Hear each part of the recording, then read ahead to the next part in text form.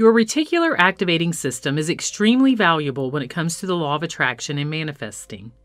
Here I'm going to explain what this portion of the brain does for those who are unaware, and give you an understanding of how to use this manifestation superweapon in your favor to manifest more of what you want from life. The reticular activating system, or what is referred to as the RAS, is a piece of the brain that starts close to the top of the spinal column and extends upwards about 2 inches. All of our senses, with the exception of smell, which goes to our brain's emotional center, are wired directly to this bundle of neurons that is about the size of your little finger. It's responsible for cardiovascular function, pain perception, sleep cycle, consciousness, habituation, our ability to focus, our fight or flight response, and ultimately how we perceive the world. This part of the brain is a filter. It has a very large role regarding the sensory information that you receive, and it's been referred to as the gatekeeper, as it regulates what information makes it into the conscious mind as experience. Because we are sensory beings, we have billions of bits of information coming at us all day long. This is why the reticular activation system is so valuable. It makes certain that your brain doesn't get overloaded with more information than it can handle.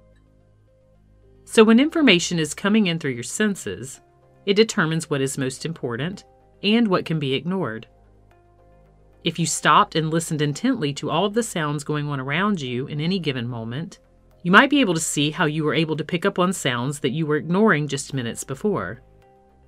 That is because your reticular activating system deemed those things not important enough to allow in unless you consciously tell it that you want to be privy to that information. Essentially, the RAS takes what you focus on and creates a filter for it. It also looks for and finds data that validates your belief systems. It gives regularity to our interpersonal world by providing associations to that. However, some information can easily be overlooked with this function of the brain. It can even assume information fits a certain pattern when it doesn't. This is all based on a person's dominant center of attention and focus. For an explanation that may be simpler to understand, the reticular activating system is the reason that you begin to hear a word everywhere when you just learned it. It's the reason you decide you want to look into buying a specific car, and then you start seeing that car everywhere you go. It's also the reason you can be in a large room of people who are talking and completely block them out the instant someone says your name. So what does this mean when it comes to the law of attraction and manifesting? When we focus our attention on negative things, the mind will search for more of those things to validate the facts it's forming. It does this so it can fill any void that may have occurred, and to develop a basis for putting the puzzle together of what information is allowed into the perception. These types of voids occur when the brain has an established focus and belief systems, and the RAS needs evidence from the outer world to prove them true as experience, so it can validate what it knows. In other words, when focusing on the negative in life, it will filter in what is negative and eliminate the positive as experience. This can cause the overanalyzing and dwelling effect that escalates out of control when centering thoughts, daydreams, and daily dramas on negativities. But this also works the same way when we train our brains to focus on the positive. The only difference is which habit you create. So you can use this portion of the brain to manifest what you want by teaching it how to filter in more positive things. Specifically, when we create an internal belief, the reticular activation system must look for outside evidence to validate that belief. It considers there to be a void otherwise, and will not stop looking for this evidence until it finds it. Those positive things are all right there for the taking. But if your RAS is eliminating them from your perception and experience, based on your past focus, you're going to miss them and assume there are only negative things happening. Now let's talk about how to tune your brain to the exact reality you want to manifest. I've used this example before, but consider this. What if you were raised to believe that it would take $1 million per year to keep your family afloat? What if, as a society, we were taught that this is a normal and average figure just to maintain a middle-class household? The creative resources inherent in our brains would have a different set of beliefs than it may currently hold, and it would seek for ways to fill in the $1 million gap, so to speak. It's a pattern generator, and it looks for patterns that fit the brain's belief system, and then it validates those belief systems with those patterns. Many would certainly be able to make this happen based on information that they had to in order to sustain life. If they didn't, their family would not have the basic needs required to live. And as a species rooting itself in survival, the brain would seek to correct this very quickly. It would not only be doable, it would be accomplished year after year. For most people in this particular example, there would not be an attitude of "it just can't be done."